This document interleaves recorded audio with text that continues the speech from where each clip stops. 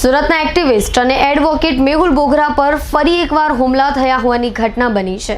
Advocate Mehul બોગરાએ એક police લખેલી ગાડીને અટકાવી હતી, જેમાં કાળા કાચ કેમ રાખ્યા છે, આગળ પોલીસ લખેલી પ્લેટ કેમ રાખી છે તેવો સવાલ પૂછતા જ ભાઈને લાગી આવ્યું હતું। સુરતમાં એક્ટિવિસ્ટ અને એડવોકેટ મેહુલ બોગરા પર ફરી એકવાર હુમલો થયો છે।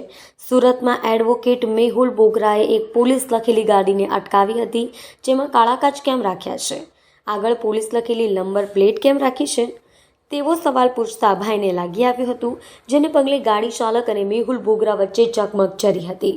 સમગ્ર મામલો પોલીસ સ્ટેશન પહોંચ્યો હતો। મેહુલ બોગરાને પોલીસ સ્ટેશન લઈ જવાયા હતા, જ્યાં તેના ઉપર પોલીસની હાજરીમાં જ હુમલાનો પ્રયાસ થયો હતો। ગાડીમાં નંબર પ્લેટ પણ નહોતી અને કાળા કાચ રાખ્યા હતા। સમગ્ર મામલો હાલ હાઈ પ્રોફાઇલ બન્યો છે। મેહુલ બોગરા પર હુમલાની ઘટનાથી પોલીસ સ્ટેશન લઈ જવાયા હતા, જ્યાં સેંકડો લોકોના ટોળે એકત્ર થયા હતા। સમગ્ર મામલો હાલ હાઈ પ્રોફાઇલ બન્યો છે। જોકે સમગ્ર મામલે કોઈ આધિકારિક સ્પષ્ટતા આવી નથી।